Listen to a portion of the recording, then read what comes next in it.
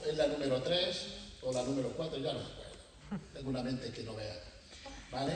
Pero antes de nada, vamos a orar un poquito en la presencia del Señor. Está nuestro hermano Ángel. Le voy a dar el micro para que él se escuche que están grabando. Preséntanos en oración, hermano. Muchas gracias te da mi alma en esta tarde, Espíritu Santo. Gracias por estar delante de tu presencia y acudir más, Dios mío, lo cual, Señor, presento esta clase en el nombre de Jesús de Nazaret, para que sea dirigida por el poder de tu Espíritu Santo, Señor, y tú te sirvas de tu siervo, Padre. Bendícelo, Dios del cielo. Señor, dale conocimiento y sabiduría de tu palabra, Padre, para poder entender tus cosas, Dios mío. Gracias, Padre. Todo te lo presento a ti, en el nombre del Padre, del Hijo y del Espíritu Santo. Amén. Gracias, Señor. Amén. Seguimos un poquito más, hermano Pedro. Otra oración al Señor. Muchas gracias, Padre mío, Señor, por un día más, Señor Jesucristo, Padre Santo, que nos podemos reunir, Dios mío, Señor, para escuchar tu palabra, Dios mío, a través de tu siervo, Padre. Bendícelo, Dios mío, Señor, y dale, Dios mío, Señor, entendimiento y forma, Dios mío, para que podamos entender tus palabras, Señor. Todo lo dejamos en tus benditas manos, Padre. Y bendice, Padre Santo, Señor, al que no ha podido venir, Señor. Y bendice, Dios mío, al que ha venido, Señor. Amén. Muchas gracias por todo que tú nos das, Señor, en el nombre de Jesús. Amén. Amén. Oramos unos poquitos y empezamos. El hermano de... creo que es del Vendrell. Es de Vendrell, ¿no, hermano? ¿Eh? El hermano hace una oración también.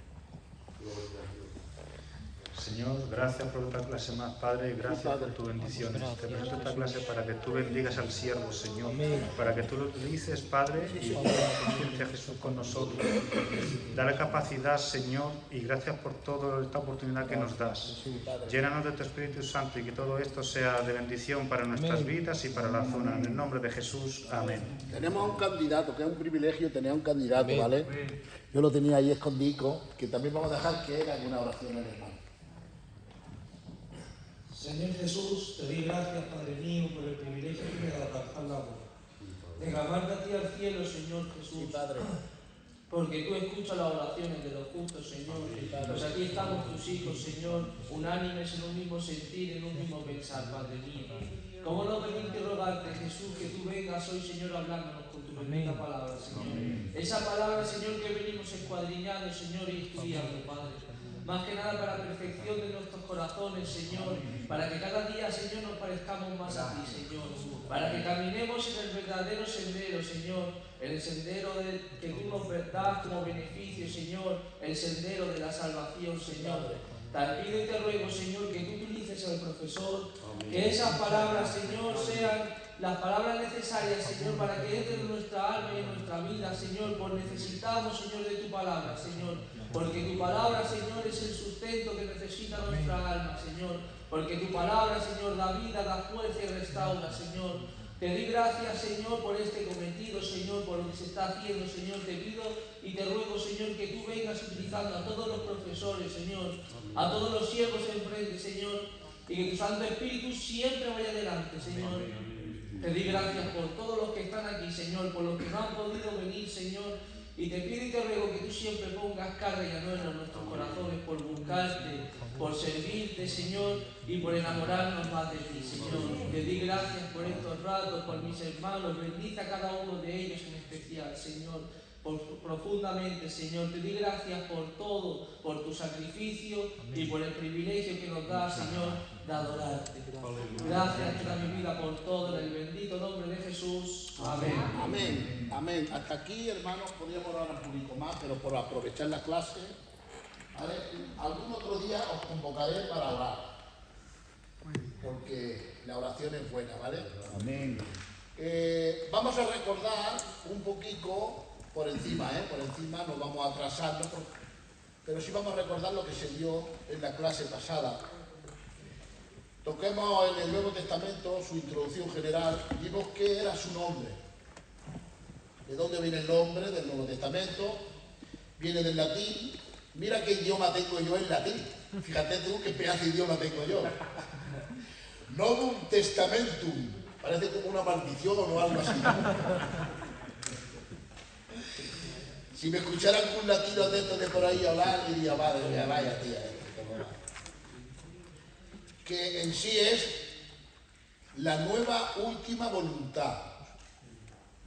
A la traducción nuestra, ¿vale? La nueva última voluntad. Porque dijimos que era un testamento, un pacto.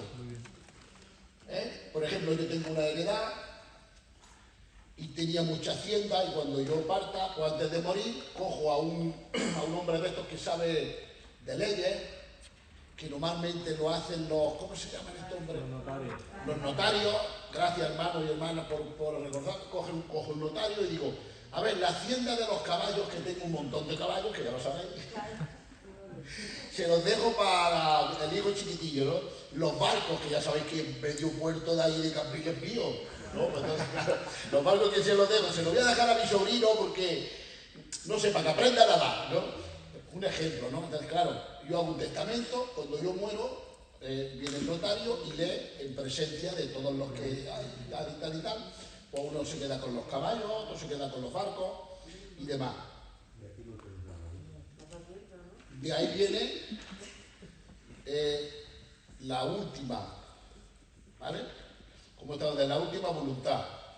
El Señor hizo un pacto que dijimos que se hizo vigente cuando Jesús muere, ¿os acordáis? Amén. El Nuevo Testamento no empieza en Mateo capítulo 1, verso 1, no, ahí empieza a escribir Mateo, ¿vale? Pero el Nuevo Testamento empezó cuando Jesús murió. Ahí es cuando el pacto de Jesús, la gracia, empieza en ese sentido, ¿no? También recordemos que en el Sinaí se hizo el primer pacto, que Jehová habló con Moisés en el monte y le explicó de que si el pueblo quería hacer sus leyes, que si querían adaptarse a Dios.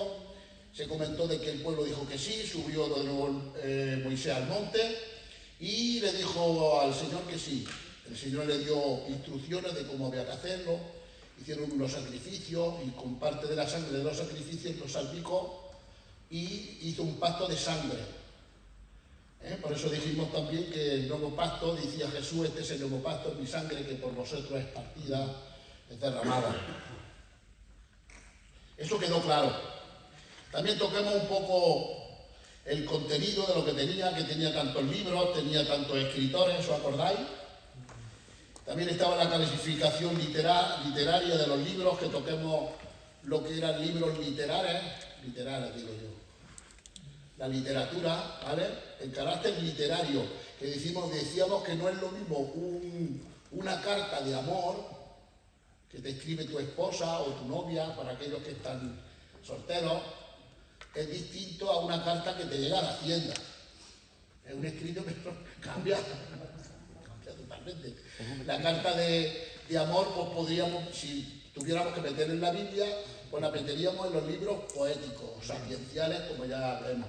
Y una carta de Hacienda pues sería como una carta en la literatura como de Moisés, en la ley, ¿vale? Y dentro de ahí dijimos que había 7 o 8 dentro de la literatura, que había aproximadamente 7 históricos, poéticos, sabiduría, proféticos, evangelísticos, cartas o epístolas, profético o apocalíptico, ¿vale? Y así, hablando un poquito de todo, nos quedemos lo que eran los evangelios, ¿vale? He hecho un resumen muy rápido de lo que se vio en la clase pasada. Ahora vamos a entrar aquí un poquito, ¿vale? La Biblia nos da 4 evangelios.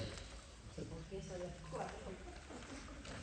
Porque eran 4, muy buena pregunta. Son como, por ejemplo, los 4 fantásticos, porque eran 4. Porque escribieron 4, a ser 4, no quiere decir que haya 4 enseñanzas diferentes de Jesús, no. Sino que se complementan la una con la otra.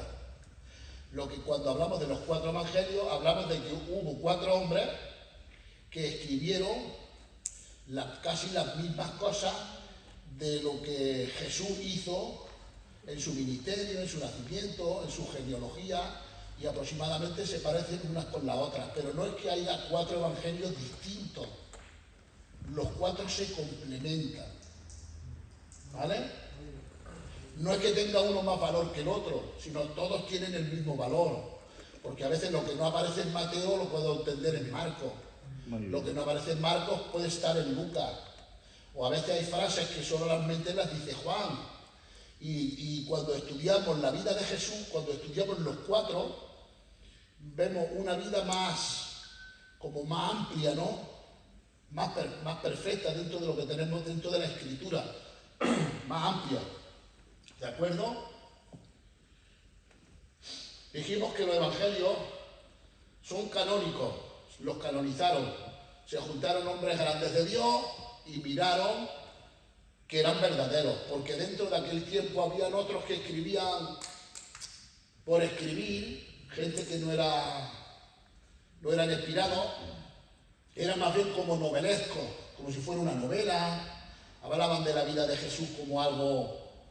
Hay algunos que escribían, que decían que como en aquel tiempo, un ejemplo, ¿vale?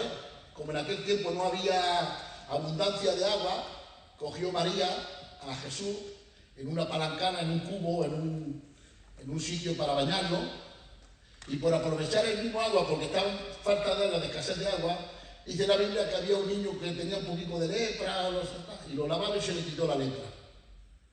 Sanó. Claro, un poco rollo, ¿no? Parece como que es bien, ¿no? Pero vemos que es mentira. Es novelesco, es como ciencia ficción. Porque cuando había alguien con lepra, automáticamente tiene que salir del campamento. ¿Vale?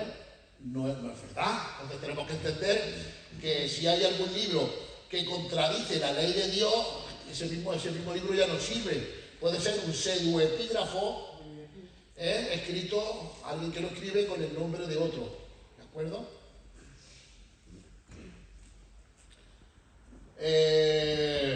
Dentro de los que sabemos que son los buenos está Mateo, Marcos y Lucas, y está Juan, que hablan del nacimiento, del ministerio de Dios, de la muerte y de la resurrección. Dentro de los cuatro evangelios hay algunos que no eran apóstoles. ¿Os acordáis que igual dijimos alguna cosa? ¿Alguno conoce algún apóstol de los cuatro evangelios? ¿Hay alguien que sepa el nombre de un apóstol directo que escribió en los cuatro evangelios? Ángel. Mateo y Juan. Mateo y Juan, muy bien. Mateo y Juan fueron apóstoles directos de Jesús, porque él lo eligió. A Mateo era el que estaba en el banco de los tributos, le dijo, deja el banco y se fue con él. Y Juan era pescador, pero Lucas no era un apóstol directo de Jesús. Lucas era un médico, el médico amado, como le denomina la Biblia. Se convirtió por mediación de los viajes de Pablo en el segundo viaje misionero, lo cogió en uno de los viajes y casi siempre estuvo como un periodista, por así decirlo, de aquel tiempo, porque Lucas es como el más cronológico, como el que dice muchos detalles de las mujeres de María, algo de Jesús cuando era pequeño, que se perdió, ¿os acordáis? Y lo encontraron en el templo y cosas así, ¿no? Yo me imagino a Lucas que vendría y le diría, me dirijo a mi esposa y le diría, María, ¿y el niño cómo era? Pues mira, Lucas, pues era un niño pues normal, introvertido, obediente. Lo que sí es verdad que algún día que nos pasó, cuando él tenía aproximadamente 11, 12 años, íbamos a una fiesta solemne allí en Jerusalén, porque nosotros no vivíamos en Jerusalén, donde estaba el templo, y a 3 días de camino nos dimos cuenta, yo y mi marido José, que no estaba conmigo el niño y con José tampoco. Y entonces dijimos, hemos perdido al niño. Y él y ella, yo me imagino que se lo estaría contando. Y fuimos corriendo rápido, a 3 días de camino. Y cuando llegamos a Jerusalén, estaba con los maestros del templo hablando de la ley. Y es un hallazgo donde Lucas seguramente le preguntó a su madre, ¿tú quieres saber algo de mí? Ahora ya porque mi madrecita está en el cielo, ¿no? Pero ¿quieres saber algo de alguien, de un niño? Pregúntale a la madre. ¿Cómo era? Si era muy jalaón, si jugaba al fútbol, ¿no? Y Lucas era como ese periodista, ¿no? Y luego, pues, Lucas era un hombre que se dedicaba mucho a la enseñanza con Pablo, porque él vivía cerca de Pablo y aprendió mucho de él. Y luego Mateo era uno de los que... Marcos era uno de los que venía como de cuna del Evangelio, porque era como familia de Bernabé, de aquel hombre que, no del Bernabé de aquí del culto, ¿vale? Bernabé era como un amigo de Pablo. En el primer viaje misionero salieron y era sobrino, tenía un sobrino que se llamaba Juan Marcos. En Hechos de los Apóstoles sale Juan Marcos. Pues se cree que San Juan Marcos escribió el Evangelio de Marcos, porque cuando lo dejó y se fue en el primer viaje misionero, el apóstol Pablo luego como que tiene una conversación con Bernabé en el segundo viaje, que no quería llevar a su sobrino porque lo dejó tirado en el primero. Fue tan acalorada la conversación de que se desunieron a la hora de visitar. Bernabé se fue con su sobrino Juan Marcos y Pablo se fue con Silas por otro sitio. Que yo creo que aquello fue de Dios, Pedro, porque los dos juntos eran dos bombas de mano, por así decirlo, ¿no? Entonces hacían más efecto separados que juntos, porque por donde iban levantando campo, ¿no? Y luego luego más adelante Pablo, hay un momento que lo llama: necesito a Juan Marcos que dé mi ayuda. Pero él como que se apega mucho a Pedro.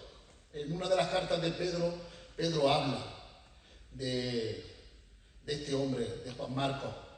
Entonces se supone los grandes estudiosos y hasta incluso de los primeros siglos ya, Papias, que fue un monje de aquel primer siglo, ya hablaba de que él convivía mucho con Pedro, y hasta incluso el Evangelio fue prácticamente porque él le preguntaba y lo escribió. ¿Hay alguna preguntita más de los Evangelios? El nombre, el contenido, cuándo se hicieron, porque hay 4. Pasamos a los sinópticos, ¿vale? ¿Puedes decir amén? Amén. Si veis que soy muy aburrido, me hacéis así, alguna seña. Algo, ¿vale? ¿Qué son los sinópticos? Pues es una palabra compuesta. Angelico, ¿puede hablarnos un poco ¿De los sinópticos? Sí. Mira, yo tengo aquí algo, si tú me ayudas a leer un poco, mira. El Evangelio, aquí tengo algo. Sí, mira. ¿Qué es sinóptico? ¿Puedes leerlo tú un poco? Sí, léela un poco. ¿Qué es sinóptico? El grupo sin junto optinomio, visión. Que evangelios son Mateo, Marcos, Lucas, solo un apóstol, Juan. No está bien explicado, Joselico. No está bien explicado, porque yo lo hago a mi forma. Tú lo has hecho como bosquejo, claro, yo lo veo como un bosquejo. Un aplauso y medio para Ángel. No, que yo no sabía, lo he hecho para estar con un trago de agua. Dios bendiga al Ángel. Qué malo soy escribiendo, Angelito. Pues mira, la palabra sinóptico, como estaba diciendo el hermano, significa, que viene del griego, sin, S-Y-N, que para nuestro idioma significa junto. ¿Vale? La palabra sin es como si fuera la SIM de la tarjeta. ¿Os acordáis, no? Se escribe así. Pato tiene algo. Sí. ¿De acuerdo? Que significa juntos. Juntos. Al igual juntos. Y optanomai. Un quito que parece que está hablando en lengua. Optanomai, ¿vale? Lo escribo aquí, ¿vale? A ver si me sale.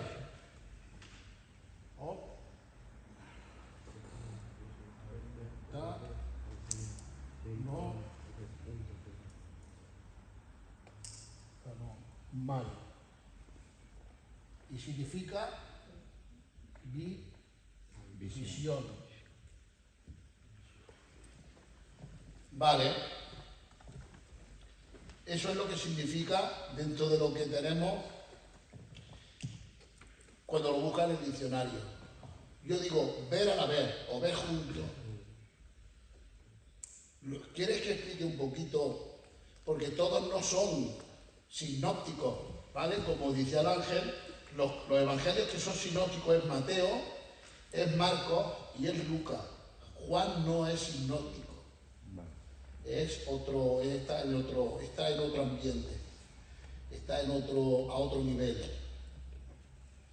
Él se fija más en la cristología, en refutar la falsa enseñanza, no tiene tantos milagros, no tiene muchas cosas que no salen en los sinópticos. El problema sinóptico, que yo antes no lo entendía y mi profe me ayudó a entenderlo, es este.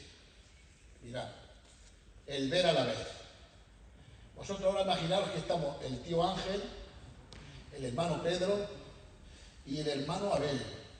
Estamos nosotros en la puerta y vosotros todos estáis en la puerta viéndonos que estamos hablando. Y ahora hay una riña entre nosotros. El ángel está calmándome a mí, que yo he sacado una navaja. Yo claro, que he visto muchas series de Curro Jiménez. Y claro, yo la riña la tengo con el Abel.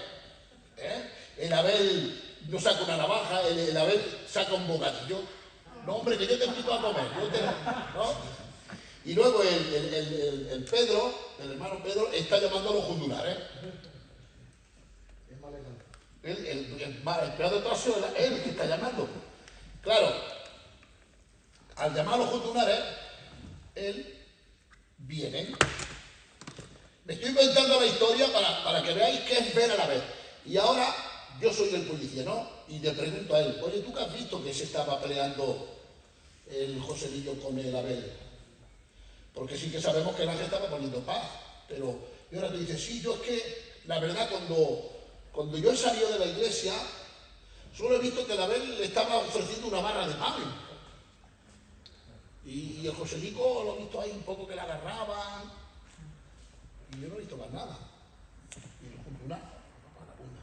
Y ahora le pregunta al Manolo, ¿y tú qué has visto, Manolo? Y dice, pues yo del pan yo no he visto nada. A mí que no vengan con pan, yo lo que sí que he visto, porque se fija más en mí, que ha sacado una de 7 muelles. Y él estaba allí. Y él se ha centrado más en mí, ¿no? Pero no se ha centrado viendo lo que llevaba él.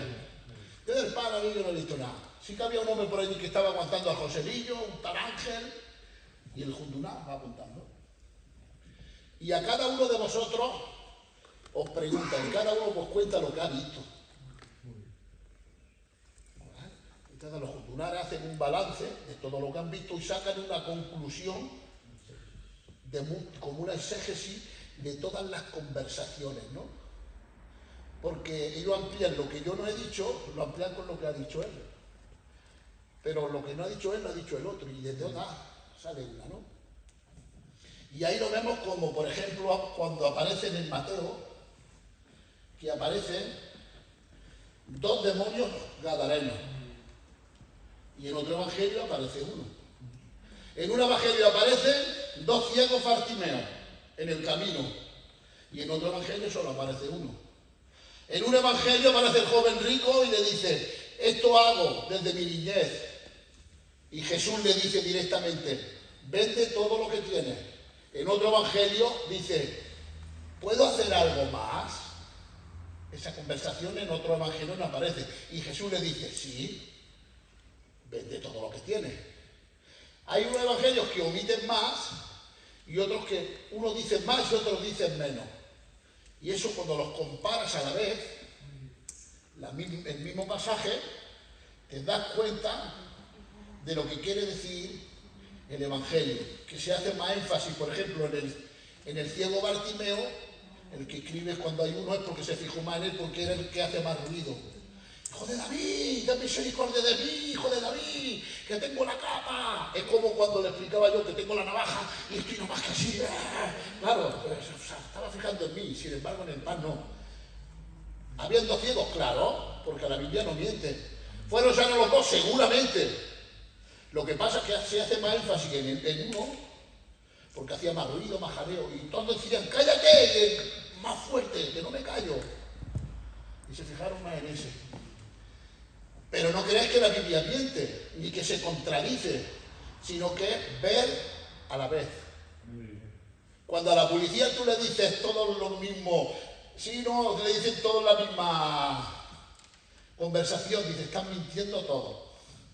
Porque han llegado de acuerdo a decir, hemos hecho esto, hemos visto esto y nos hemos ido por aquí. Qué casualidad, han quedado de acuerdo fijo. Pero cuando uno dice una conversación diferente, es ver la verdad. ¿De acuerdo? Como que se complementa, ¿no? ¿Se complementa? Sí, señor. José, ¿qué es eso?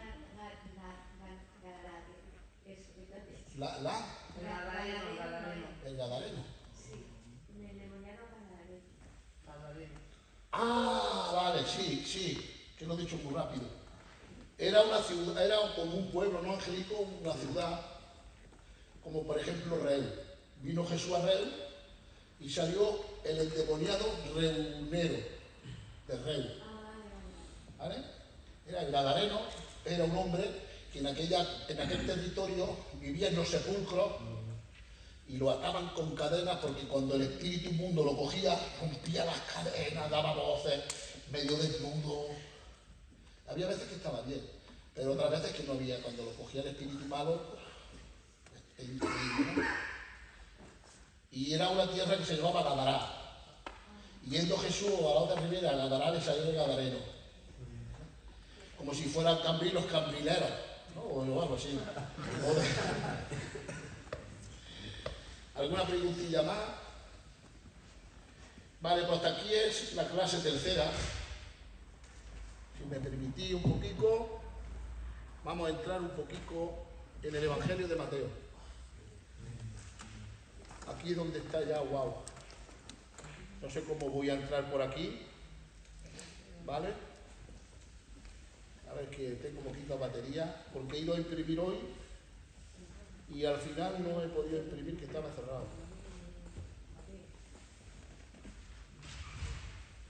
Vale. Yo aquí me he hecho unos apuntes. Vale, os lo tengo, sí, os lo tengo. El Evangelio de Mateo.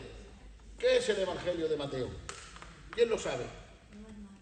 Es un evangelio, es un escrito que aparece en la Biblia con el nombre de Mateo. Otros los conocen por Leví.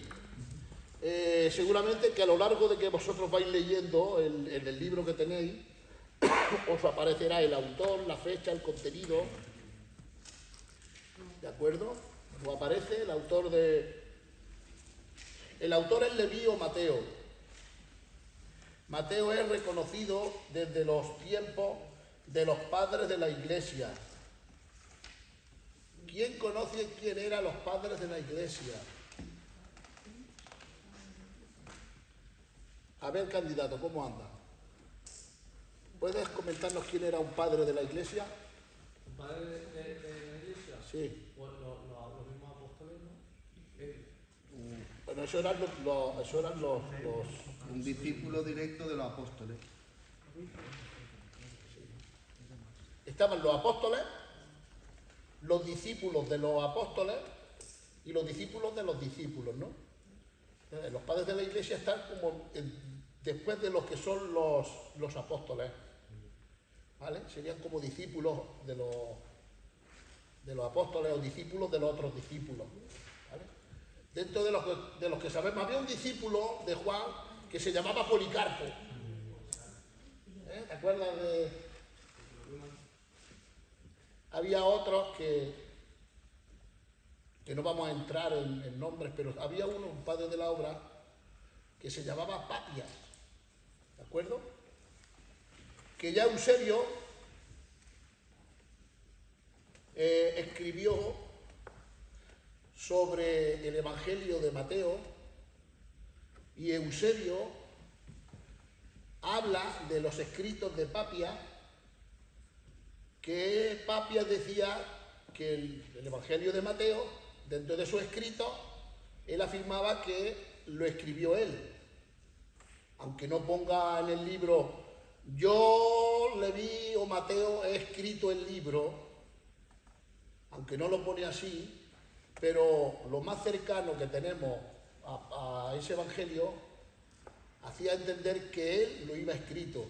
Por ejemplo, imagínense que el ángel escribe un libro y yo lo conozco quién es, y ahora yo cojo su libro y lo leo. Pero aunque no ponga él que lo ha escrito, pero yo conozco su paternidad porque sé que lo ha escrito él. Y yo doy testimonio que lo ha escrito el ángel. ¿Me estáis entendiendo? ¿Quién era Eusebio? Eusebio era de Cesarea. Era como el historiador más grande de los hebreos.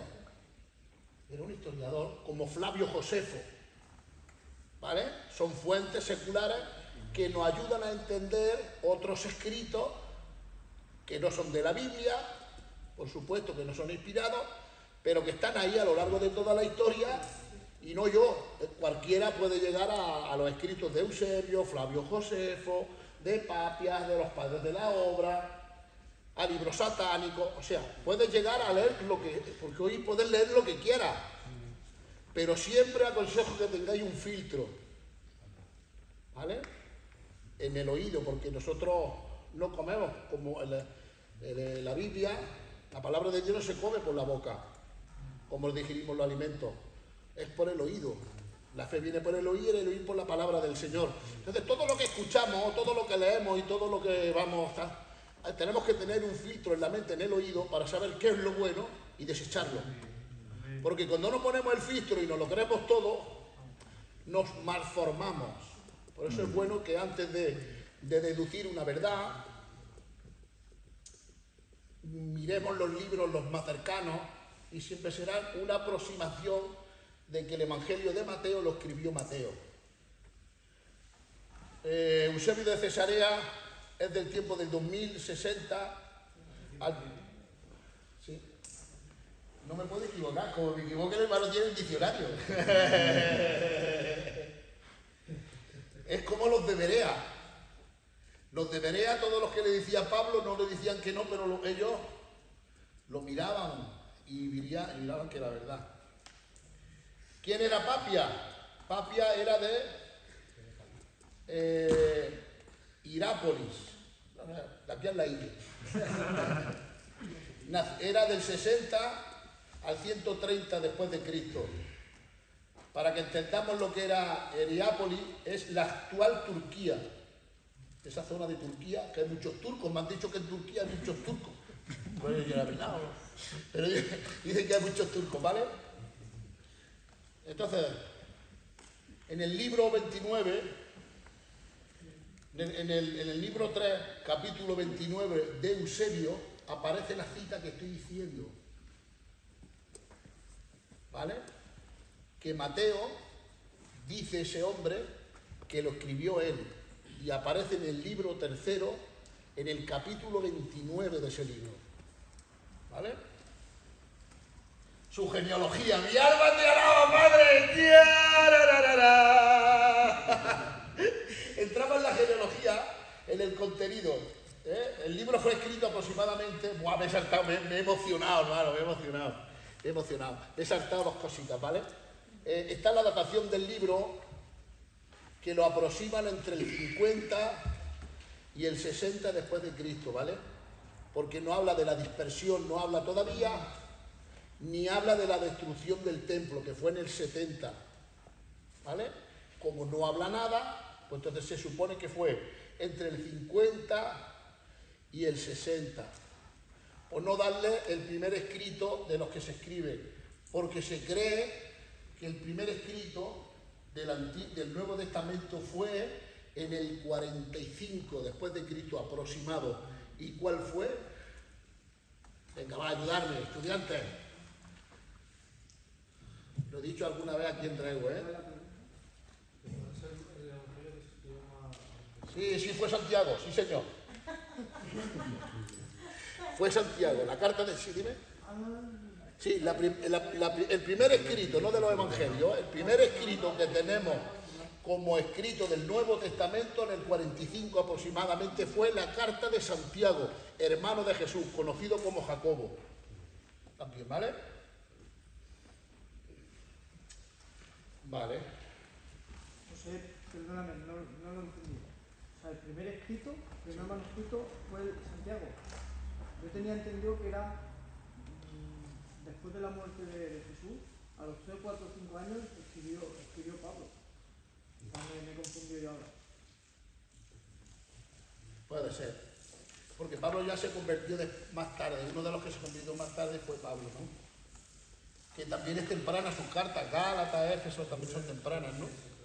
Pero por lo que yo he mirado, lo volveré a mirar porque a lo mejor yo me equivoco, ¿no? Yo no tengo toda la verdad.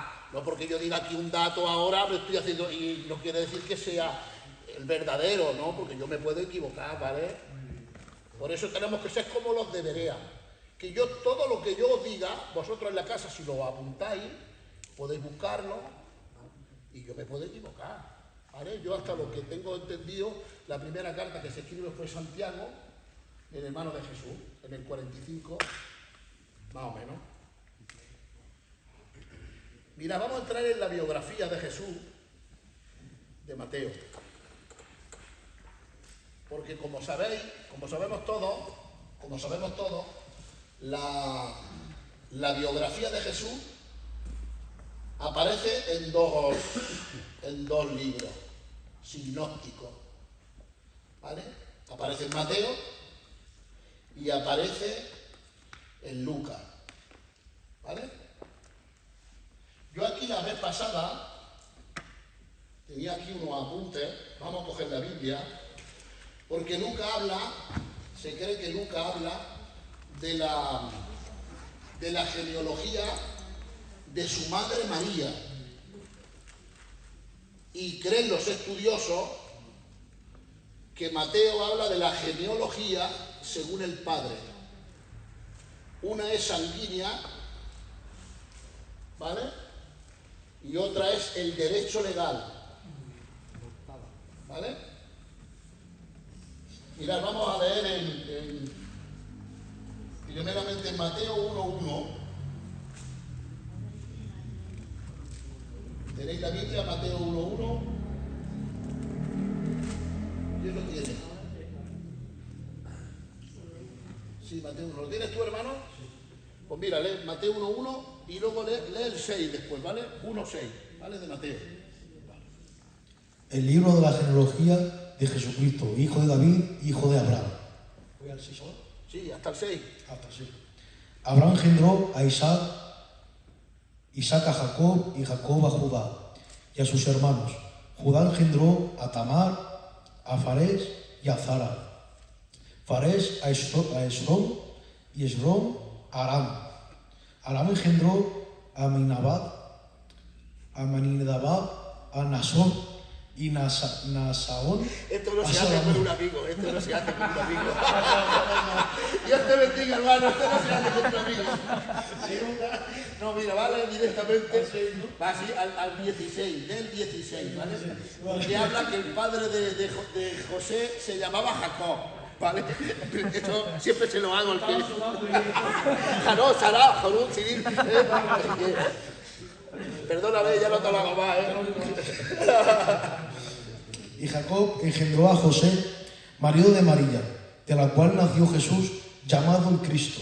De la cual, ¿vale? Dice, Jacob engendró a José, esposo de María, de la cual, diciendo, claro, no nació de José, nació de María, ¿vale? Pero María tiene otra genealogía.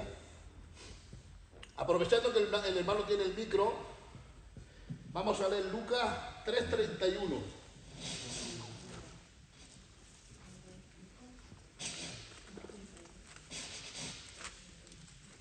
A ver qué dice. 3:31. ¿3:31? ¿O será el 23 a lo mejor? No, el 30.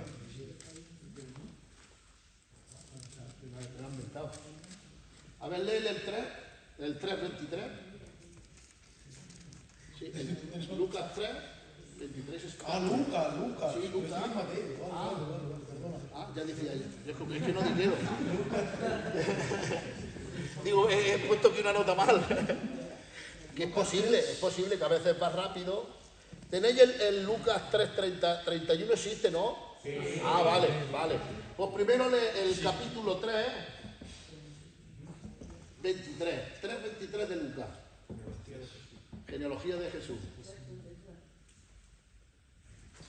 Jesús mismo, al comenzar su ministerio, era como de 30 años, hijo, según se creía, de José, hijo de Elí. Date cuenta, daros cuenta, ¿vale? Párate ahí. José, el padre de José se llamaba Elí, ¿vale? Ahí dice, el padre de José se llamaba Elí. Pero Lucas, o sea, Mateo, dice que el padre de José se llamaba Jacob. A ver, ¿qué quedamos? ¿En el duro o quedamos en la peseta, angélico mío? Porque aquí la Biblia no se contradice. O se llamaba Elí o se llamaba Jacob. Porque Jacob puede ser Santiago, pero Elí no tiene sinónimo con Jacob. No sé si me está entendiendo. A ver, entonces, ¿qué está ocurriendo? ¿Me dejáis que lo explique, que me haga el chulillo? Resulta que, claro, que dentro de la genealogía de lo que era la hermana, las mujeres de aquel tiempo no contaban. Entonces, cuando llega al padre de María, ya no dice y Elí engendró a María, sino que dice que fue como el padrastro o el padre o el suegro, para que se entienda, de José. ¿Vale? No contaban con el nombre de María, ¿no? Claro, María tenían que descubrir porque no era genealógicamente, no era legalmente, era sanguínea. ¿Vale? Pero vamos a ir un poquito más adentro. ¿Habéis entendido un poco esos dos temas? El padre de José se llamaba Jacob, según Mateo. Pero el padre de María se llamaba Elí. En eso sí estáis, ¿vale? Porque lo dice el 31. Vamos a leer el 31. Lucas 31. Hijo de Melea, hijo de Mainán, hijo de Matata, hijo de Natán. Hijo de Natán, ¿no? Natán. ¿Sabéis quién era Natán? Había uno que se llamaba el profeta, pero también era un hijo. Cuando tú vas leyendo arriba quién era Natán, porque esa genealogía va para abajo. No viene de Abraham hasta abajo, sino viene desde abajo, desde al final, o sea, desde el principio de aquí hasta arriba. Ascendente, exactamente. Natán era un hijo de Salomón. ¿Vale? Era un hijo de Salomón. Natán era hijo de Salomón. Salomón tuvo otro hijo que también fue rey, que se llamaba, ¿cómo se llamaba el hijo de...? ¿Cómo? No, se llamaba Roboam. Claro, quiero que me ayudéis, yo quiero que os expliquéis, quiero que la mente le deis vuelta, para que no os convenza yo. Yo quiero que vosotros recapacitéis y penséis, ¿quién era el hijo de Salomón que recibió las 10 tribus de abajo, del sur? Está el norte y el sur. ¿Era Joroboam o Roboam, no? Era Roboam.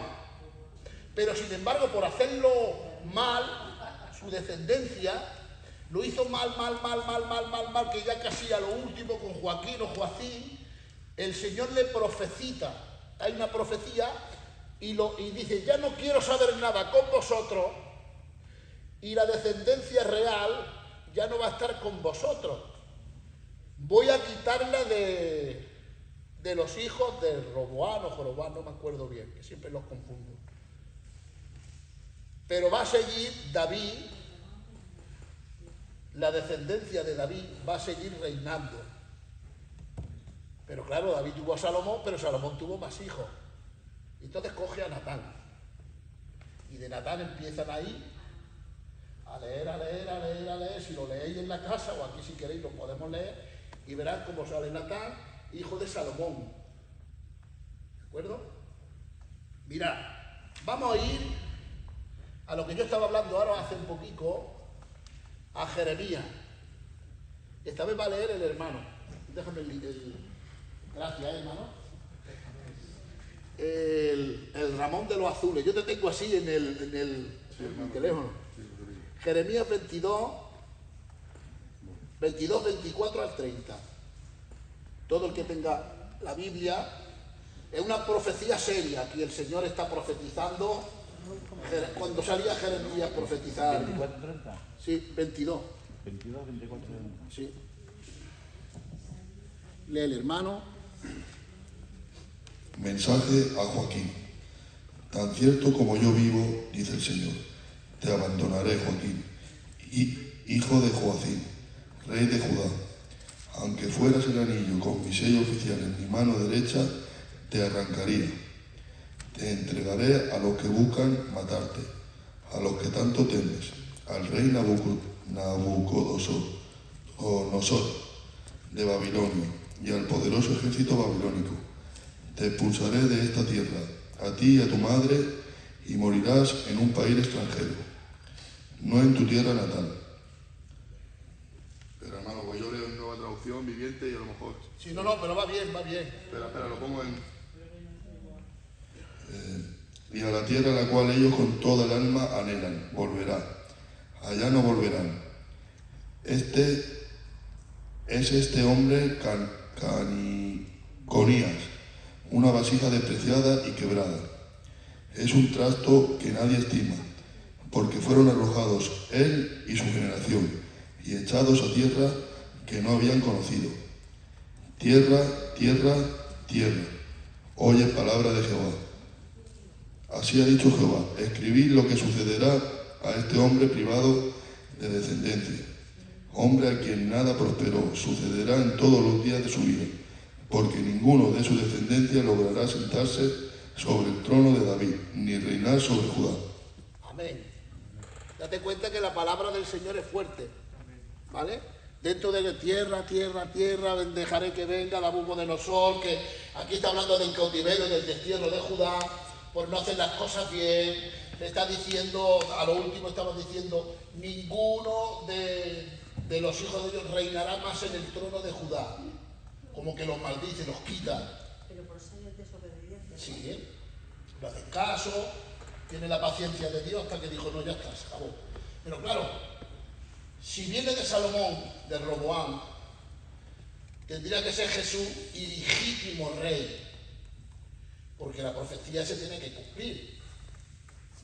Dice, aunque está el anillo en tu mano, el anillo de sellar, lo arrancaré. Arrancaré el anillo real, ¿no? El sello real, que es como un símbolo real que había. Lo arrancaré de ti, quitaré de ti el que se siente en el trono, tus hijos, tu descendencia. ¿Estáis conmigo? Amén. Es facilico, el Señor ha decidido que por portarse mal, dice, ya no te vas a sentar mal en el trono, y ahora tengo que buscarme a otro, pero que sea de Judá. ¿Vale? Porque le prometí al rey David que su descendencia la voy a confirmar de que sean reyes. Pero si no hay un hijo, cogeré a otro, que sea el más próximo y el que me obedezca y el más cercano. El Señor se buscó a otro rey, a otra casa, pero de la misma Judá. ¿De acuerdo? ¿Lo estáis entendiendo? No me digáis que sí, que luego que no lo entendáis. ¿Vale? Vamos a leer en Ageo. No se vayan todavía, carne más. En el libro de Ageo, capítulo 2, verso 23.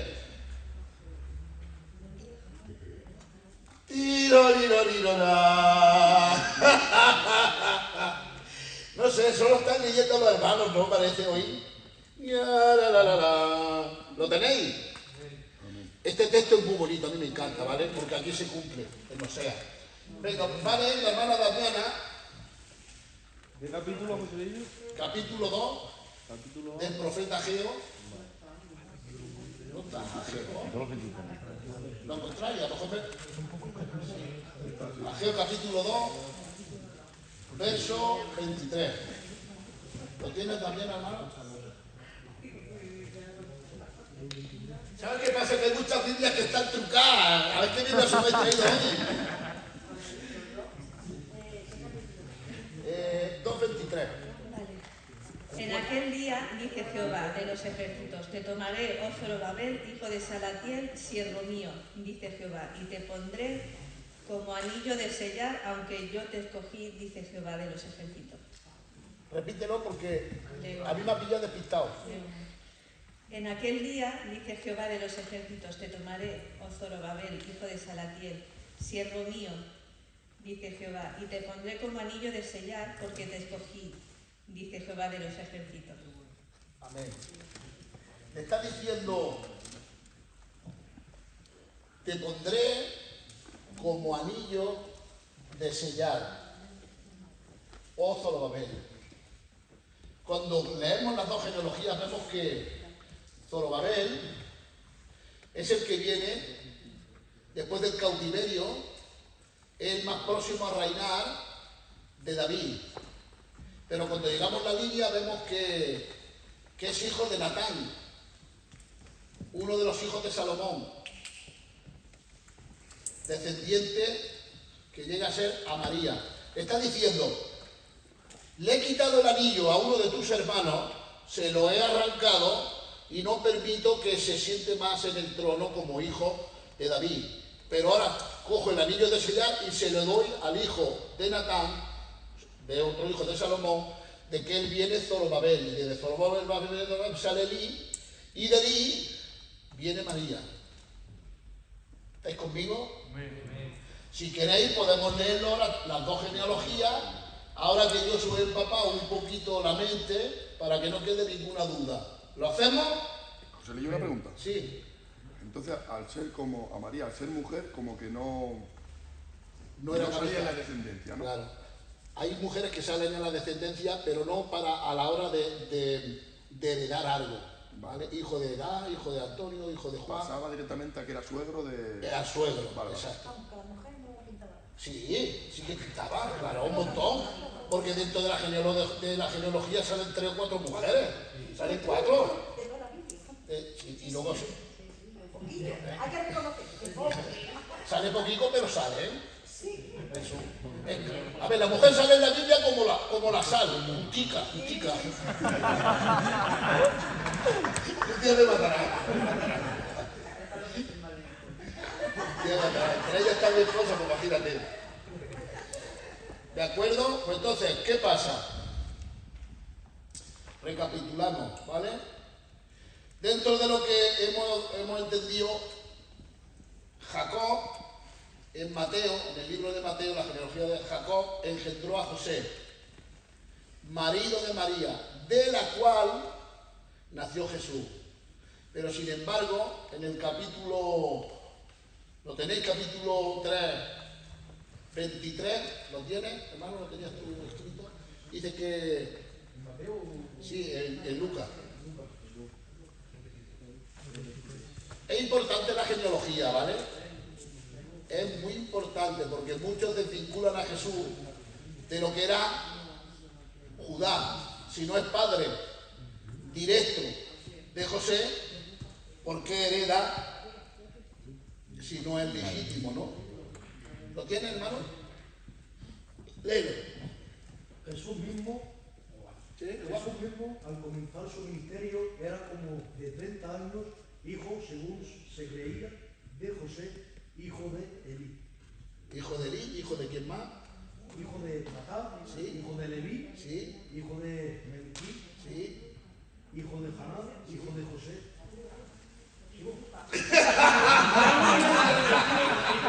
Pues mira, cuando llega el hermano así, leyendo, y luego llega a Zorobabel, ¿vale? Que el que estábamos leyendo, que coge a Zorobabel en la leyenda. Después de que está leyendo, Zorobabel va leyendo, y en el capítulo 31, lee el 31 de Lucas, o sea, el 2:31, va leyendo, y sale Natán.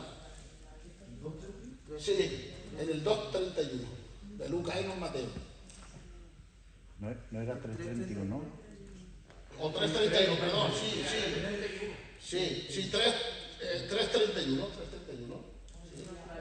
Perdonadme, que yo a veces me llevo la mente.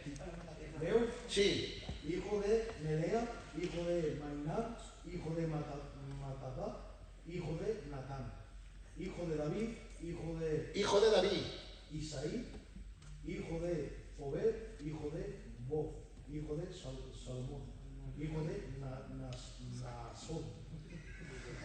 Claro, va llegando la genealogía porque hay muchos nombres que se llaman, por ejemplo, yo me llamo José y le pongo a mi hijo José. Si pasan 2 generaciones, al otro le pone José, al otro le sale José, y así, ¿no? Pero entendemos de que David tiene a Salomón, tiene a Natán y tiene a varios hijos, ¿no? Y dentro de uno de los hijos de ellos, pues nace... Pues la Virgen de María. Pero que eso no se hace, con los amigos, No, la primera vez la tocaba. Sí. Vale, pues esto hasta aquí va bien, ¿no? Y entonces entendemos que José era por el derecho legal, la legalidad de lo que era, yo te adopto como hijo como se creía, que ya lo dice la Escritura, y porque yo te adopto, pues heredas todo lo que yo tengo bajo la legalidad. Pero sanguíneo, por sangre, viene de María también de la estirpe real, porque era de Natán, era de Zorobabel, el más próximo a David, uno de los hijos de lo que engendró Salomón, ¿vale? Salomón engendró varios hijos y dentro de uno de ellos estaba Natán. ¿De acuerdo? Vamos a seguir un poquito más, a ver qué tengo por aquí. ¿Hay alguna pregunta de momento?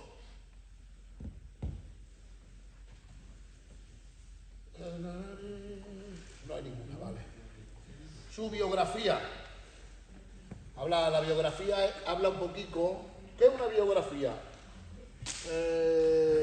¿Cómo te llamas? Joel. ¿Sabes lo que es una biografía? La vida de una persona. ¿Vale? Pues vamos a entrar un poquito. Mateo relata un poco la vida ministerial de Jesús. Lo que él trata de que el que está leyendo vea un poquito en el ministerio su vida de él. Y vemos que en el capítulo 4, 17, podemos leerlo sin que tenga la Biblia. 4, 17. Cuando lo tenga, os esperáis que yo diga un resumen aquí y luego seguimos. ¿De Mateo? Sí, de Mateo. Se cree que su fama... Aquí empieza su ministerio y su fama es popular, empiezan a conocerlo. Empieza a ser popular, Angelico, aquí en Jesús, en el capítulo 4. 4:17. Sí, 4:17 empieza la fama de Jesús en toda la aldea y tú, ¡guau! Hay un hombre, no veas lo que hace, y empieza a crecer su fama, y todo el mundo lo quiere, todo el mundo quiere conocerlo, todo el mundo quiere cenar con él, quiere hacerse la foto cuando viene a la visita. ¿Os acordáis, no? Que a veces viene la gente a echar la foto, no vienen nunca al culto y el domingo te lo hace. Pues eso es lo que le pasaba a Jesús, empezaba a hacer fama dentro de su ministerio. Vamos a leerlo. ¿Lo tenéis, hermano? Léelo. ¿Quiere el micro? ¿Se escucha bien, no? Sí. Bueno, ahí va, cógelo. Desde entonces comenzó Jesús a predicar y a decir: arrepentíos, porque el reino de los cielos se ha acercado. Amén. A partir de ahí empieza su ministerio, ¿no? Y empieza a que la gente lo conoce, empieza a hacer muchas cosas, habla de la Biblia, habla de las profecías, habla que se arrepentiera, a sanar enfermos, a multiplicar el pan, todo eso que sabemos del ministerio de Jesús. Pero a partir del capítulo 16, 21, empieza ya como el decline. No que Jesús no valiera, no, ni mucho menos, sino que para la gente ya no era tan popular. La gente ya quería olvidarlo. Porque yo que me eché la foto el domingo con él, luego me dice, tú eres un dominguero. Porque hace esto. Eres como un sepulcro blanqueado, que solamente por fuera limpia el sepulcro, pero por dentro está lleno de huesos de inmundicia. Claro, eso a los escribas y a los fariseos ya no les caía bien. Ya no querían hacerse la foto. Ya empieza el decline, porque aquí Jesús empieza ya a anunciar su muerte, que iban a hacerle muchas cosas, que iban a ser golpeados por los ancianos, por los escribas, por los fariseos y demás. Vamos a leerlo. 16, 21. ¿Lo tienes, hermano, tú? Bueno, tú, David, te escucharás, ¿no? Pero es para que te escuchen todos. Vale. Desde entonces comenzó Jesús a declarar a sus discípulos que le era necesario ir a Jerusalén y padecer mucho de los ancianos, de los principales sacerdotes y de los escribas, y ser muerto y resucitar al tercer día. ¿Y qué dice? ¿Dice algo de Pedro? Entonces Pedro, tomándolo aparte, comenzó a reconvenirle, diciendo: Señor, ten compasión de ti, en ninguna manera esto te acontezca. ¿Y qué le dijo Jesús? Pero él, volviéndose, dijo a Pedro: quítate de delante de mí, Satanás, me eres tropiezo, porque no pones la mira en las cosas de Dios, sino en la de los hombres. Amén. Aquí vemos a un Jesús, amén, que Pedro quería reconvenirle, como le estaba mirando por él, ¿no? De alguna manera Pedro le estaba diciendo, no vayas a Jerusalén, porque no estaban en Jerusalén. Jesús predicó más en las 10 tribus de arriba que abajo, porque cada vez que bajaban abajo a Jerusalén, los escribas y los fariseos siempre querían cogerlo, apedrearlo, no lo aceptaban, no podía estar tranquilo a partir del verso 16, porque siempre le hacían la guerra, una vez de ella estuvo predicando y no hizo muchos milagros por la incredulidad de ellos, no lo aceptaban como tal. Como sabía que iba a morir, a sus discípulos le estaba diciendo, llevo mucho tiempo con vosotros ya, pero yo no he venido solamente a ser simpatizante. ¿Me dejáis que os predique un poco? Amén. El pastor que entra no viene a ser simpatizante con nosotros. El pastor que quiera ser simpatizante va mal.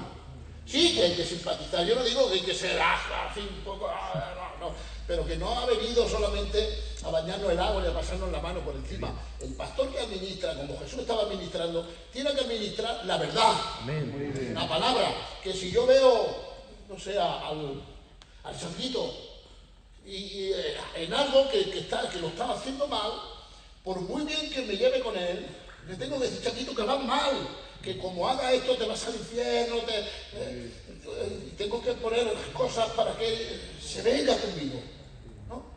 No sé si me estáis entendiendo. Amén. Entonces Jesús lo que estaba haciendo era eso, en su tierra.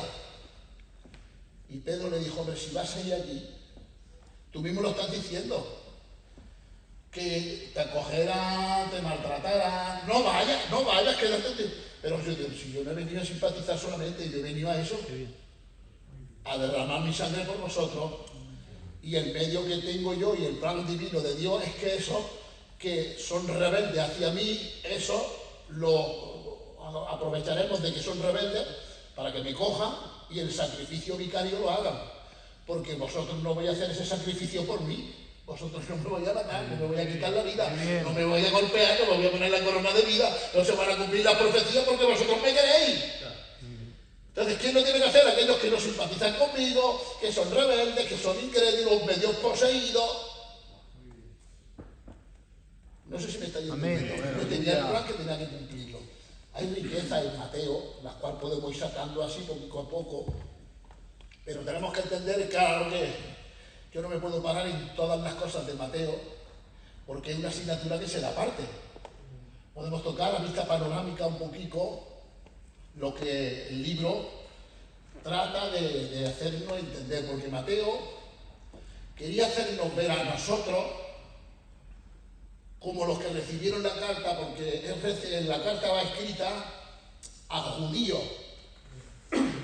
cristianos de aquel tiempo, porque él no trata nunca de interpretar nada, sino que lo dice tal cual. Porque si hay alguien que no es gitano, me perdona, ¿vale? Pero yo entre gitanos no lo voy a interpretar una de gitana, ¿no? ¿Cómo le digo yo al tío Ángel o al hermano Pedro que es una costumbre gitana? Si ellos la saben mejor que yo, pues cuando me dirijo a ellos no hace falta que yo lo interprete. Lo que hacía Mateo a la hora de hablar con ellos, cuando escribe el libro, no trata de interpretar como interpreta Lucas, que es más bien para los judíos, para los griegos, y como no entendían muy bien las costumbres judías, pues tiene que tratar de ceñirse para que entiendan por qué hacían eso. ¿De acuerdo? Amén. Vamos a coger el libro, vamos a seguir leyendo el libro que tenéis, un poquito. Vamos a ir poco a poco, ¿vale? Vamos a leer en esa página de lo que habla de la biografía. ¿Ha visto que pone biografía de Jesús? ¿Lo tenéis? En la número 17, 18, en el libro que tenemos de Mateo. ¿Lo tenéis, no? Sí, biografía de la 19. Eso, biográfico. Sí. Tema biográfico, ¿no? Mira, el hermano va a leer un poquito, que yo lo he explicado por encima, pero ahora yo no lo he escrito todo, ¿vale? Yo no lo he escrito todo por no resumir, porque ya está resumido en el libro, ¿para qué voy a resumir yo en la libreta? Vale, el esquema biográfico se encuentra en la página 19, en el contenido 2, el esquema, en lo que está subrayado en negrita. Dice en el esquema biográfico: este esquema narrativo o armazón es muy similar a los que poseen los otros evangelios sinópticos. Hay dos puntos evidentes de división que presentan el cambio en la estructura. El primero se encuentra en Mateo 4:17 y presenta el principio del ministerio público de Jesús, cuando comienza a predicar y crecer su fama y notoriedad. El segundo punto de división lo encontramos en Mateo 16:21, momento en que Jesús comenzó a anunciar su muerte y empezar a decaer su popularidad.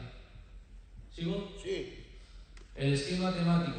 Este propio de Mateo está compuesto por 5 grandes bloques de texto que giran alrededor de un tema común aglutinante.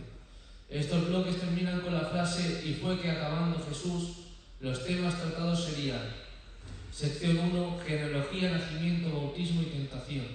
En esta sección se muestra que el cumplimiento divino de las profecías del Antiguo Testamento. Podemos decir que Mateo se esfuerza para demostrar a los judíos que Jesús es el Mesías profetizado, el cumplimiento de la herencia de David. En la sección 2, naturaleza del reino, sermón del monte, comienza esta sección cuando Jesús se presenta en Galilea. Jesús presenta los principios y leyes espirituales del reino que ha venido a instaurar un reino espiritual y no físico o político.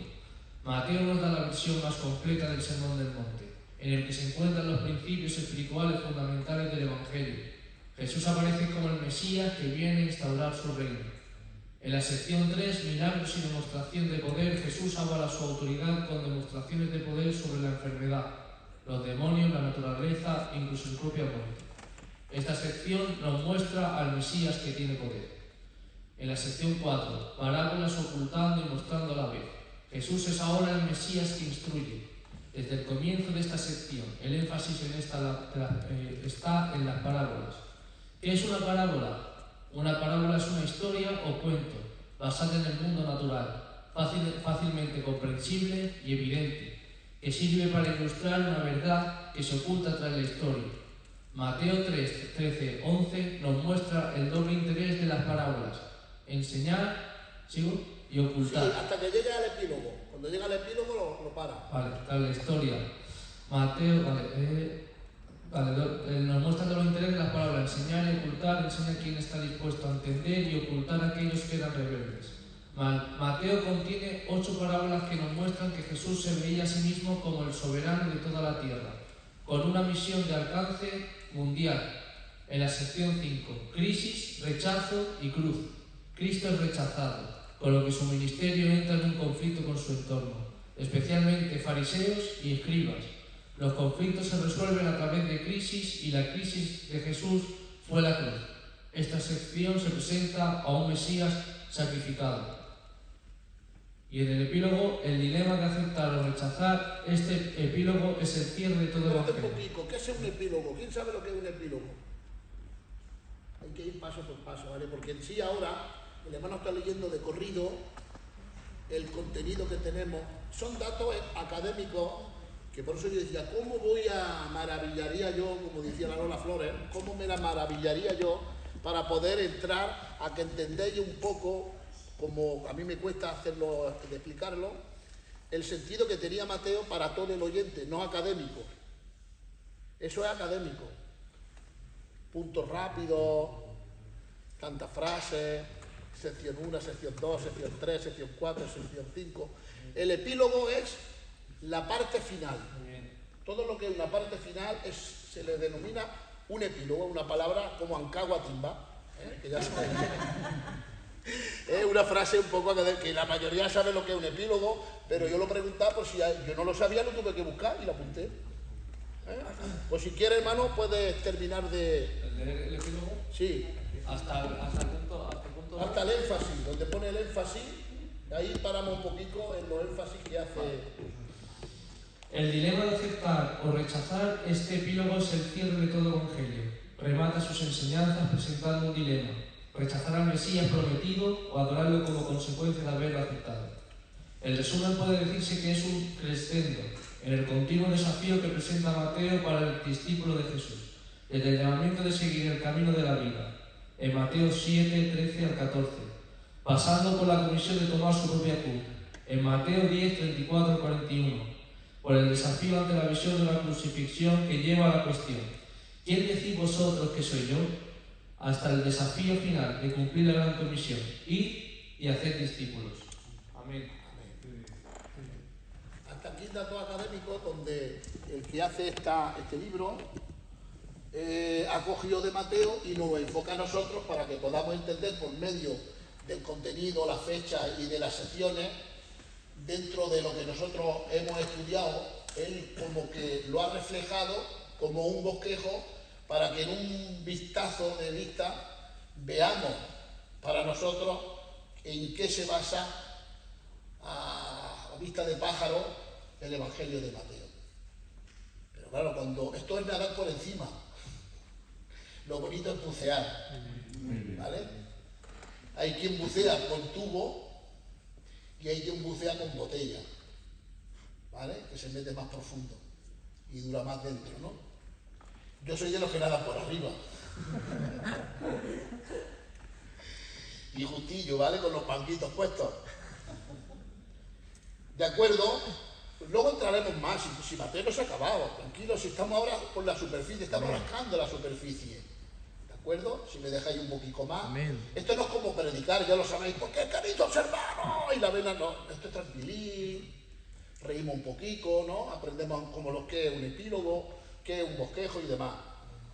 Mira, hay peculiaridades, hay cositas a los gitanillos que solo aparecen en el libro de Mateo.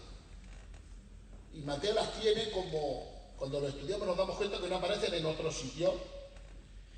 Mateo presenta una peculiaridad, relatos que solo aparecen en Mateo, que rechaza su valor y su interés. Amén. Yo, como leo tan mal,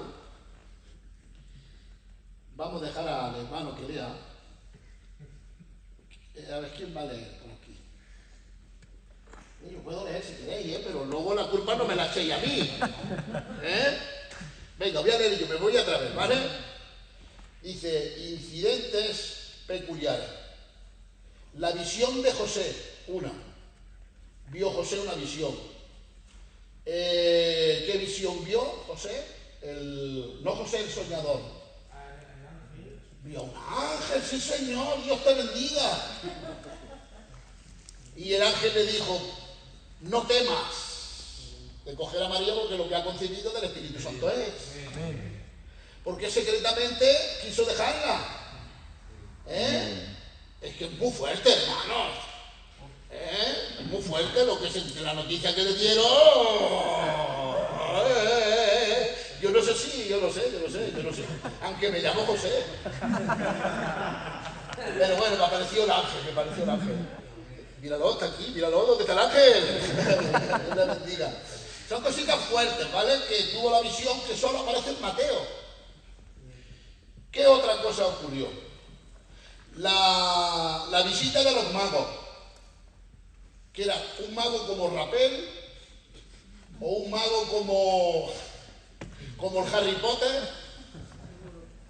Claro, en aquel tiempo tenemos que entender de que cuando estudiamos en el tiempo de aquel tiempo, el mago para nosotros ahora es alguien que hace magia, pero para aquel tiempo no, eran como unos sabios, alguien que tenían importancia, como unos magistrados de otra tierra. Eran como astrónomos también, que estudiaban las estrellas. Se cree que fueron de Babilonia. Seguramente que se convirtieron en el tiempo de Daniel, porque Daniel era uno de los sátrapas mayores que había en aquel tiempo, porque el rey le dio lugar cuando hizo aquellas proezas en los sueños y de aquello, ¿no? Y entonces él, como era temeroso, hablaba del Dios de Israel. Y seguramente aquellos astrónomos que estudiaban las estrellas, pues venían, que hablaba del Mesías. Bueno, ya no quiero decir más cositas, que parece que me lo estoy creyendo y no. Y me estoy poniendo como formalillo, ¿no? son comentarios que no se pueden afirmar, ¿vale? Yo no puedo afirmarlo, pero se cree que posiblemente fueran de allí, ¿no? Son hipótesis, sí señor. Este es de los míos. Este lo levanto yo, se pongan como se pongan. Amén. Hay otras cositas que no aparecen. Por ejemplo, la huida a Egipto, como dice la Biblia. A mi hijo lo llamé a Egipto, ¿no? Que se cumple que Jesús estuvo en Egipto. Solo aparece en Mateo. La matanza de los niños, qué pena. El llanto de Raquel. El sueño de la mujer de Pilato. No tengas nada que ver con ese hombre que he soñado con él. Y Pilato se lavó las manos. Solo aparece en Mateo. Algunos otros de menor importancia también aparecen, ¿vale? Milagros peculiares que solo aparecen en Mateo. Los dos ciegos que hace un ratico estábamos hablando del sistema sinóptico. Recibe la vista dos ciegos. El endemoniado mudo.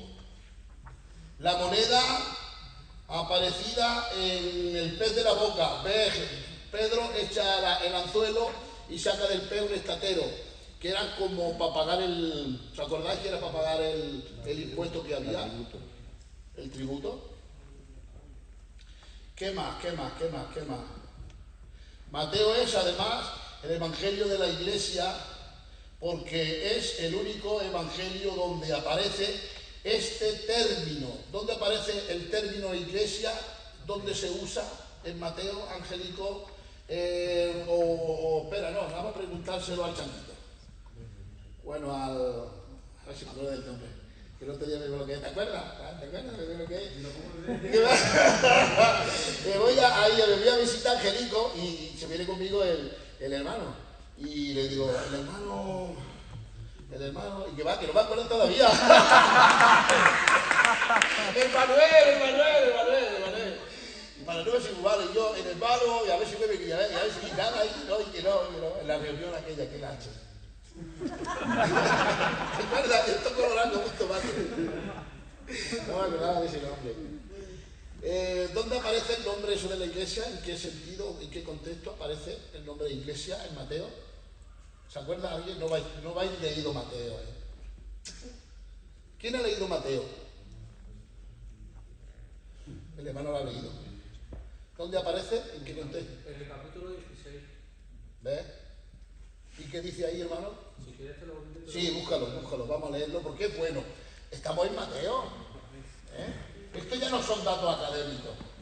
Esto ya es parte de dichos de Jesús, cosas que pasaron ahí. Y es interesante a la hora de cuando escuchamos que predica la gente y demás.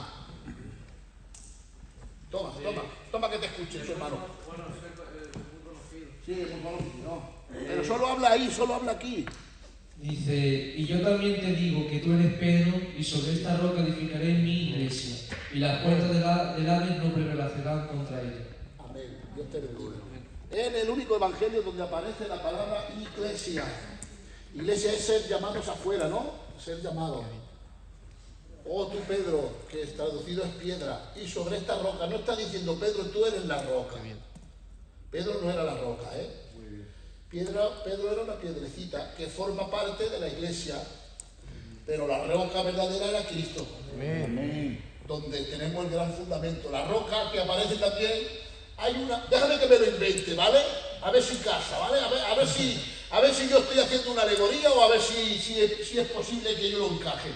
Dice que en la estatua de Nabucodonosor vi el imperio de la cabeza de oro, los de plata, los de bronce, los de hierro, los pies que eran de barro y de hierro. Dice, y una roca fue cortada desde la montaña y asistió a la estatua en los pies y desintegró la estatua. ¿Quién es esa roca? Dentro de la escatología, el reino de Jesús. Por lo tanto, podemos encajar esa roca con la que le dice Pedro, yo soy la roca. Sobre esta roca, me lo estoy inventando, pero casa bien, ¿no?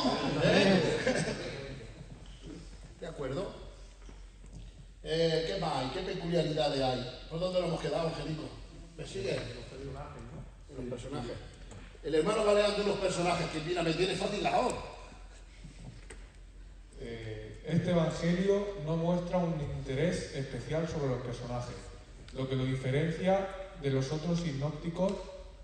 Aquí los personajes son solo descritos, lo necesario para continuar la narración, pero sin dar grandes detalles de ellos, sus comportamientos, carácter, etc. En general, aparecen los mismos personajes que en el resto de evangelios: Juan el Bautista, María la Madre de Jesús, los 12 discípulos, Caifás, Pilato, Simón de Cirene, José de Arimatea, etc. No, está ahí. Aquí lo que hace ver estudiando a los personajes es que el Evangelio de Mateo no se quiere centrar en quién son, ni cómo, de dónde vienen. No hace énfasis si son de Judá o si son del barrio Fortún, porque el énfasis que está haciendo Mateo es que conozcan a Jesús, que Él es el Rey, que Él es el Mesías. Por eso aparece mucho en la Biblia: oísteis que fue dicho. Y hay casi 60 y pico, luego traeremos 60 y pico profecías cumplidas dentro del Evangelio solo de Mateo. Aparecen cerca de 60 o 65 profecías solo en el libro de Mateo, que él las menciona del Antiguo, y se les hace ver a ellos para que vean y entiendan de que no eran cualquiera, de que no era un personaje como los que se levantaron antes de que viniera Jesús, sino que era el que verdaderamente esperaban. Por eso él se esfuerza en darle a conocer a los hebreos que él era el Mesías, que él era el Rey. De hecho, el Evangelio de Mateo representa a Jesús como un rey, como el Mesías.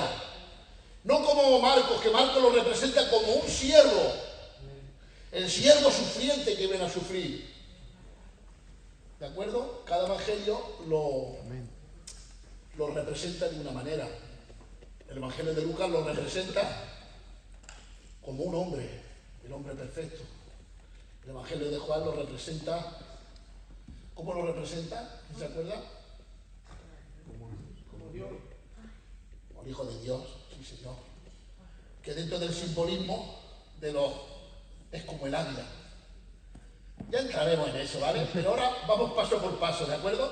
Hay muchísimos. El Evangelio de Mateo es precioso, es bonito. Un poquito tarde, ¿no? ¿Vamos bien de hora? Vamos bien. Sí. Hay pasajes de oro: la bienaventuranza, la oración modelo, la regla de oro, el gran mandamiento, la gran comisión, y aparece todos los versículos como un bosquejo ahí. Es una maravilla si te la aprendes de memoria. Los pasajes de oro quieren decir lo más importante que es de... Sí. Luego están las citas estas bíblicas, que hay un montón de aquí que es difícil de entenderlo, pero si en la casa le tenéis un poquito de paciencia lo entendéis. Y ahí termina el Evangelio académico. Es poquito lo que hay en el libro. ¿Me dejáis que entremos en otro tema? Amén. Aquí me costó hacerlo, ¿eh? Pero vamos a entrar un poquito más dentro, ya que os tengo dentro de... Dime, hermano. Si tuvieses que resumir la carta de Mateo, haciendo un resumen rápido, el por qué se hizo, ¿cuál sería?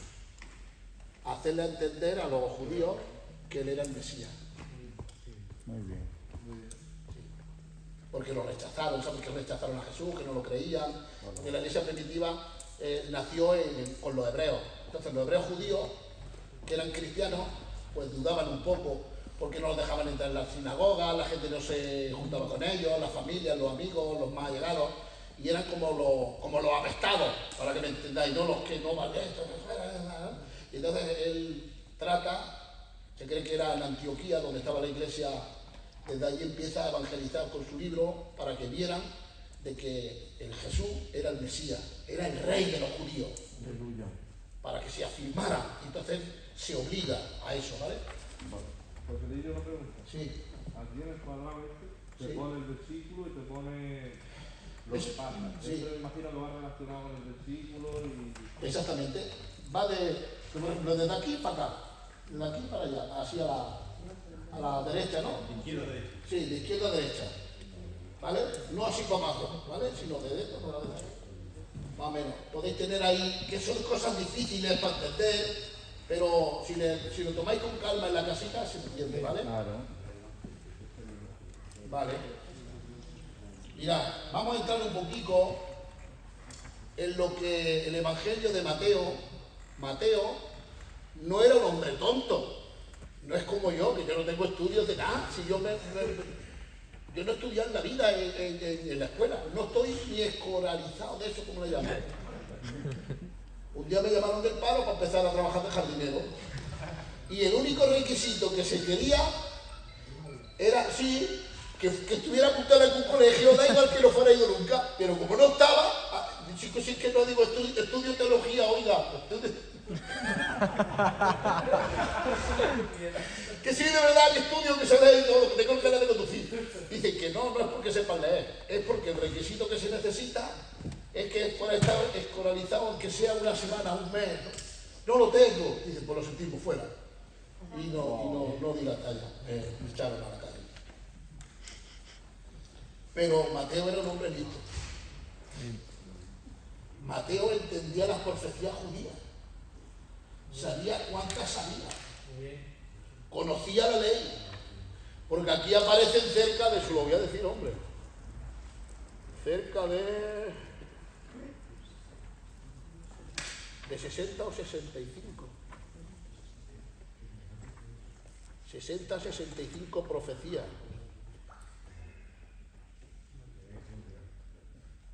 Que parecen pocas, ¿eh?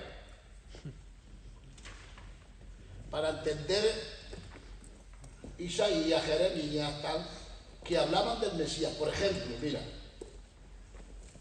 Isaías 7, 14 nos habla del nacimiento o de la infancia de Jesús, que se cumple en Mateo 1, 22.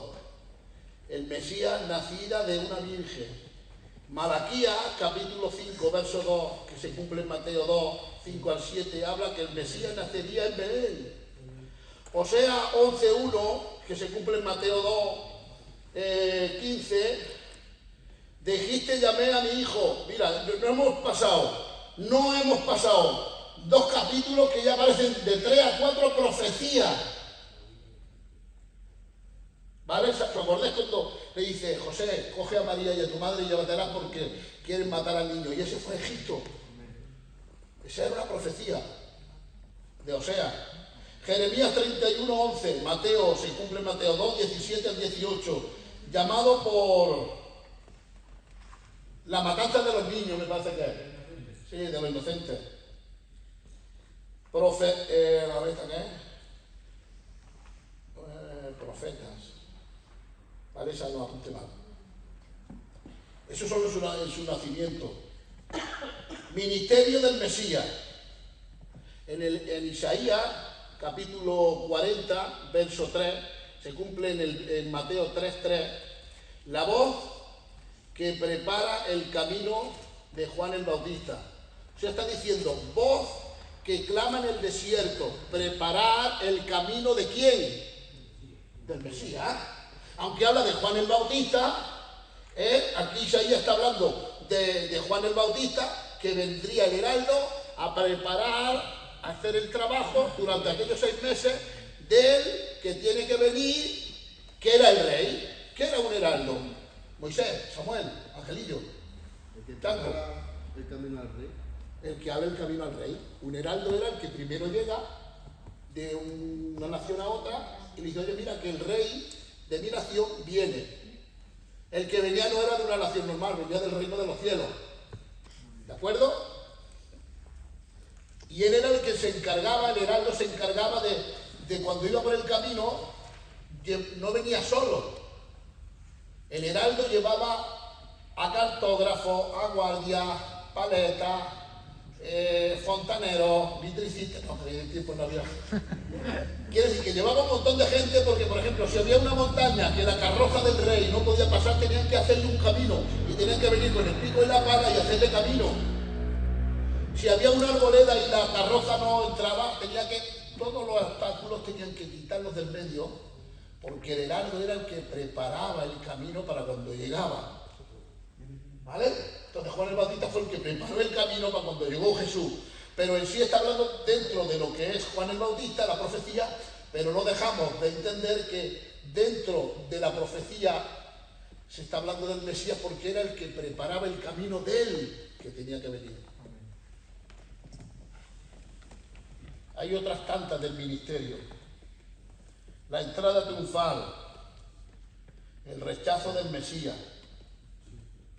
Vamos a leer alguna del rechazo.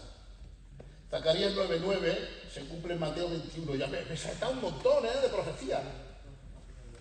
El rey entra en Jerusalén en un asno, en un pollino de asna. ¿Os acordáis cuando Jesús dice, ve hasta el sitio que hay allí un pollino de asna? Si alguien pregunta, ¿para qué lo queréis decir? Que el maestro o el Señor lo necesita. Se lo llevaron, que ahora de aquí a poco es Domingo Ramos, que se celebra eso de la Palma, por eso, la entrada triunfal del Mesías. Hosana, Hosana, bendito sea el que viene, Hosana. Eso era una profecía que aparece en Zacarías 9:9, que se cumple en Mateo 21, del 4 al 5. Mira, si Mateo lleva de profecías casi es como el máximo de lo que hay. ¿Y por qué lo hace? Porque se esfuerza. Se esfuerza para que el pueblo hebreo entiendan y comprendan al que rechazaron era Jesús, era el Mesías, era el Rey, era el que esperaban. Claro, él no era un lilango, él no era torpe, sabía de economía, por eso estaba en el banco de los tributos. Un hombre con una mente despierta, tenía su negocio, pero lo dejó todo. Pero aparte de que emprendía el negocio familiar dentro de lo que él era un publicano en economía con Roma, vemos también de que tenía conocimiento de la ley. Porque fíjate, hay un montón de profecías que está hablando del Antiguo Testamento. ¿De acuerdo? La pasión de Cristo aparece en 1, 2, 3, 4, 5, 6, 7, 8, 9 o 10. Zacarías, Isaías, Salmo. Vamos a leer una de Salmo. 22:18. Y repartieron entre sí sus vestidos. Un salmo mesiánico en la cual aparece en Mateo 27:35. Amén. Hay un montón. Luego, si quiere alguien el escrito, podemos hacer una fotocopia, ¿vale? Lo tiramos un ratico más y estáis cansos ya, ¿no? No. Porque hace un poquito de frío. ¿Sí? ¿Tenéis frío? Hace un poquito de frío. ¿Quieres encender un aire? Mira, como sé que me creéis que hay un montón de profecías y el Mateo tenía un conocimiento amplio de la ley y se lo enfoca, le dice a los incrédulos, dice, que no me creéis a mí no me creéis, ¿no? Porque están cobrando el impuesto. Pues mira, se lo voy a demostrar con la Biblia. ¡Fla! Todo lo que dice la Biblia ha pasado. El nacimiento, la pasión, repartieron todo, en esas 60 y pico profecías. Toma, ahí las tenéis. Haced con ellas lo que queréis, para que no tengáis excusa el día de mañana de que no se os ha predicado la verdad. Milagros de Jesús solamente en Mateo. Aparece, a ver cuánto hay, 12, 15.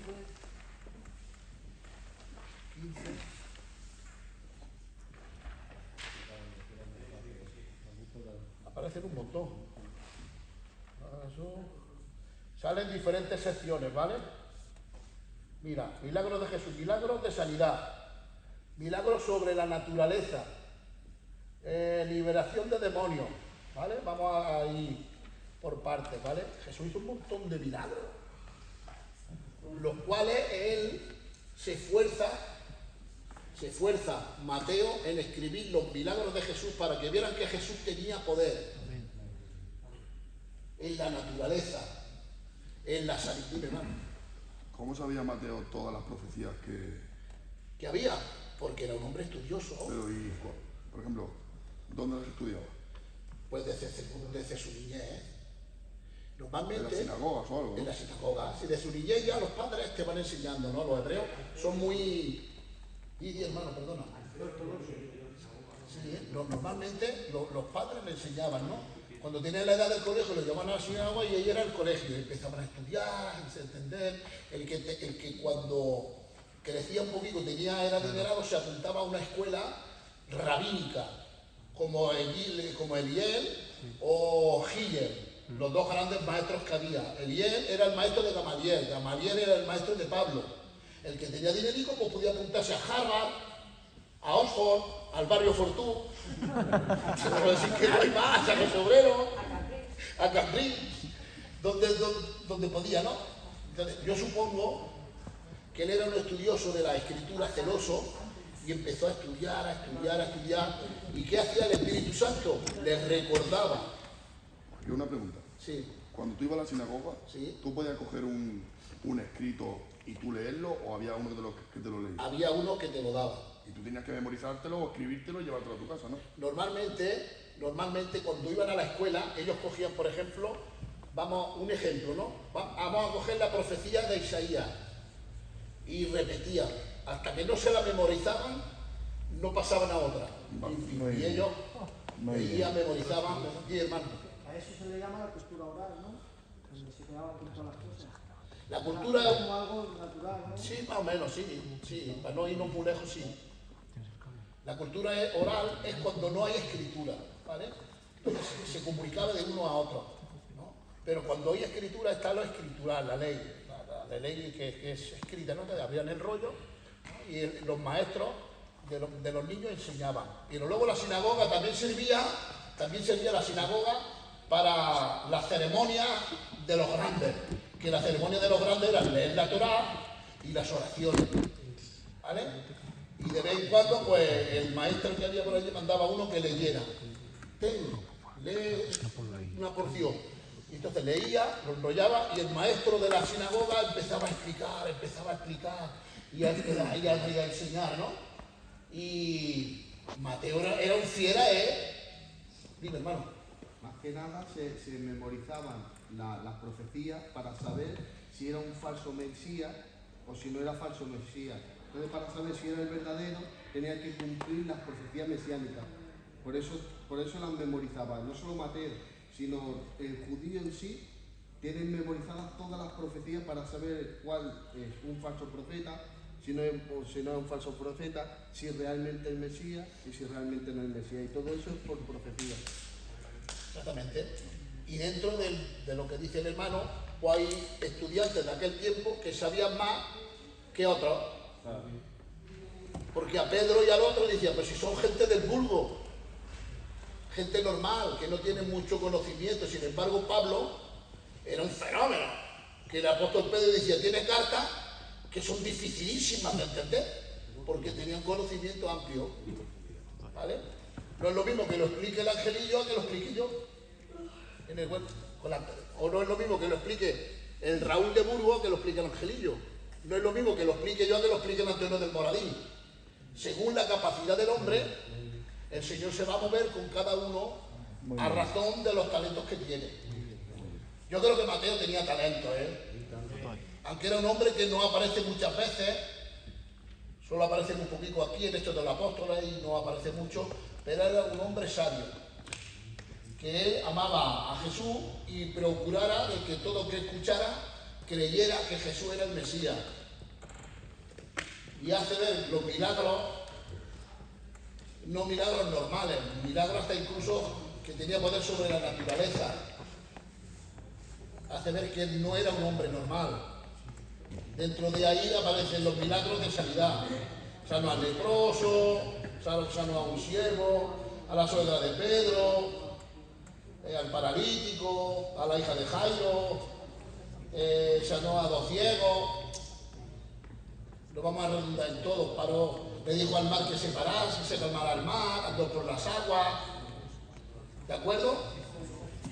Aparecen un montón de milagros, como viene dicho. Ya se dijeron en Santa Catarina de Isaías, iban anunciando de que el hombre que tenía que venir sanaría, Por ejemplo, cuando él lee el rollo de Isaías en la sinagoga, ¿qué lee? Jesús. ¿Quién se acuerda? La profecía que se cumple en ese momento. Y abriendo este rollo dijo, el Espíritu de Dios está sobre mí porque me ha ungido. ¿Para qué?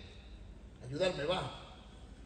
Para libertar a los cautivos, para dar las buenas nuevas, para sanar a los enfermos. Y cerró el libro después de que dijo todo y se lo entregó, porque luego sigue. Pero solo ahí habló de su ministerio, de sanidades, de libertar al cautivo, de hablar de las buenas nuevas, porque luego hay otras cosas que se cumplen en él, pero no las dijo porque en ese momento no se iban a cumplir. ¿De acuerdo? Amén. Hay un montón, luego también salen un montón de parábolas, ¿vale? Que estudiando las parábolas podemos entender un poquito lo que es la enseñanza de Jesús. Una parábola, como antes era un sistema de enseñanza que había en la antigüedad y era como disfrazar una verdad.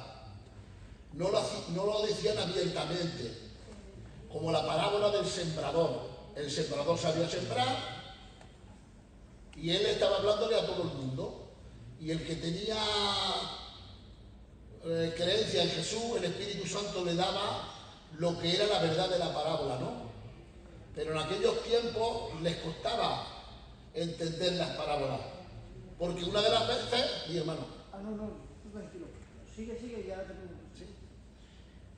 Porque una de las veces sus discípulos en casa le preguntaron, ¿os acordáis? Y él empezó a interpretar la parábola.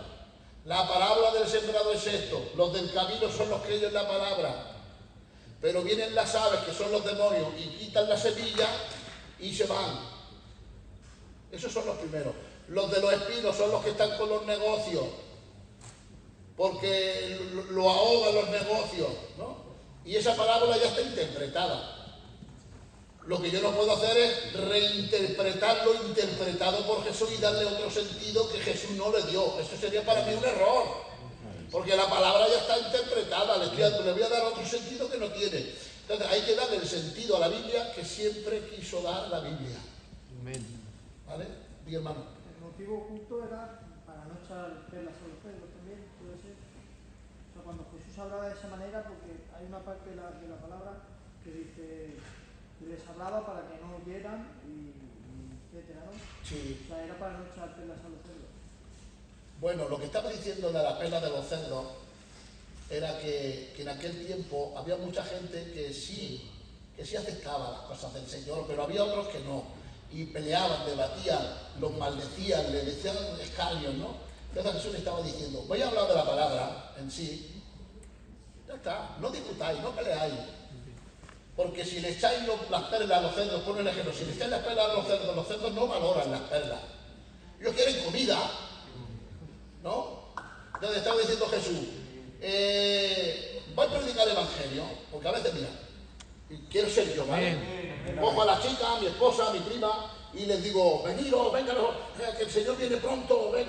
Y ellas como que no, y que sí, y ellas que no, yo que sí. Llega el momento que pesa que este gitano, déjame, porque yo que no metes tú al culto, hijo. ¿No? En ese sentido, ¿no? Entonces, claro, si yo sigo, llegan a enfadarme que cuando me vean por aquí, me voy por el otro sitio, ¿no?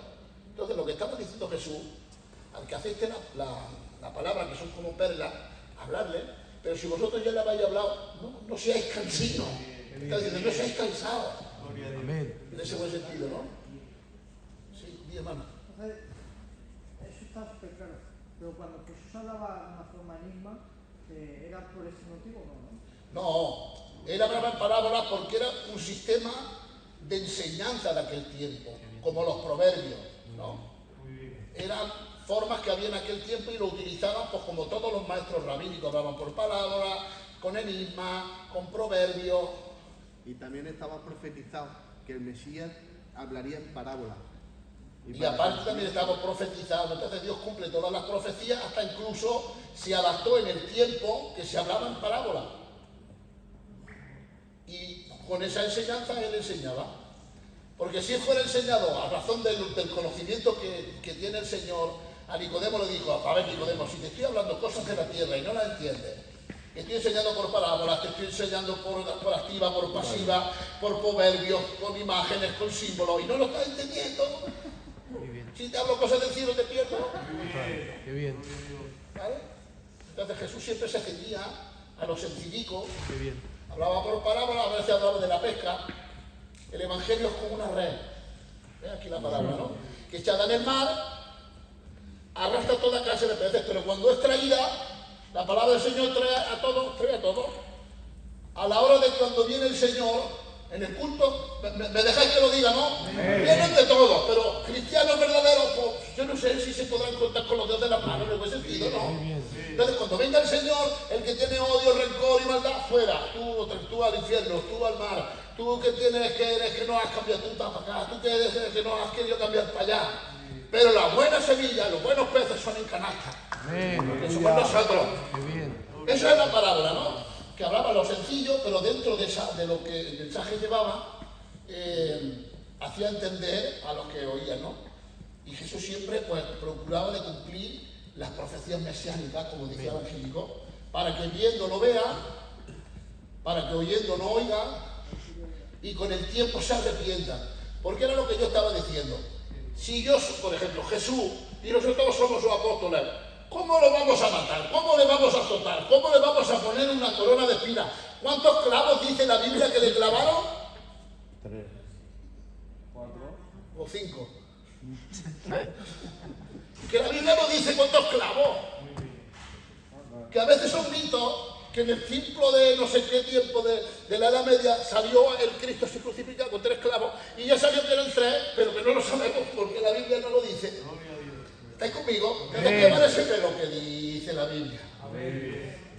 Claro, si Jesús está con nosotros, nosotros no lo matamos, porque hemos entendido la verdad. Pero ¿a quién los mataron? Los que viendo no oían, oyendo no oían, para que con el tiempo se convirtieran y se salvaran. Los crucificaron aquellos que eran rebeldes, aquellos que no entendían, aquellos que creían que era un mareante, aquellos que creían que era de lo peor. Dime. No, para mí que tenía una pregunta. Lo vamos a dejar aquí, porque yo sé que son contratados. Si no han acabado, si entra en el papelillo. Luego están las profecías que profetizó Jesús. Muchas cosas. ¿Vale? La profecía que dijo Jesús. Luego también un artículo que dice, todo alumno que venga a las clases, si alguna vez le trae una botellita de agua al profesor, pues también el Señor se nos lo dice, qué broma. Luego también están los 5 grandes discursos de Jesús, que se le interpreta como si fuera la ley en los 5 libros de Moisés. Pero ya entraremos la semana que viene, ¿vale? Amén. Porque ahora vienen todos los hermanitos, todas las hermanas, son las 7. ¿Leemos alguna página? Mateo. Leemos Mateo, ¿no? Quiero que leáis el Evangelio de Mateo. Amén. Vale. Todo lo que podáis, ¿vale? José, Ahora ¿hace una copia? Sí, de esto tengo una copia. Y todos los que quieren una copia, pues creo que lo tengo en PDF. ¿Queréis que lo pase por el grupo? Vale. Lo pasaré por el grupo. Ya está. El trabajo lo ha hecho el ChatGPT. Yo le he dado la idea. He cogido aquello, pero el desarrollo no, ¿vale? La idea es mía, pero el desarrollo del trabajo, la autografía de no se hace nada con un canuto. ¿Vale? ¿Qué os parece si el candidato de Cambrí nos da gracias por todo, ¿vale? Señor Jesús, te quiero dar gracias, Señor, por este ratito que hemos estado aquí, Señor, en tu presencia, Señor, te doy gracias por esa palabra, Señor, que ha sido escuadriñada, Señor, te pido y te ruego sobre todo, Señor, que sea aplicada a nuestras vidas, te doy gracias por ello, en el bendito nombre de Jesús. Amén. Mirad, tenemos un problemita con el horario, porque a veces hay muchas reuniones, muchas cosas. ¿Queréis que lo dejemos siempre a las 5? Sí, Amén. Pero si es que muy justo porque trabaja. Yo te digo, a mí me da igual, pero hay gente que no. Pero mira, haremos una cosa, Rosy, por ejemplo, si viene a lo mejor a las 5:30 o a las 6, pues que vengan un poquito más tarde. Porque ¿sabes lo que hacemos? Que nos volvemos locos. Hoy no hay nada, lo ponemos a las 6. Pero de pronto sale algo y tengo que ir corriendo con el grupo. Tanto que los sábados como si tuviera mañana. Entonces hay que darle vidilla a todo, hay que vivir y dejar vivir, ¿no? Entonces, lo dejamos a las 5 en el buen sentido, Si yo, por ejemplo, no puedo, por lo que sea, vengo un poquito más tarde. Uno de estos. ¿No? ¿Qué os parece? Bien, bien. Pues ya está, hermano. A las 5 entonces ya con Siempre a las hasta que venga el Señor. Hasta que venga el Señor. Vale, vale. Estudiar Mateo.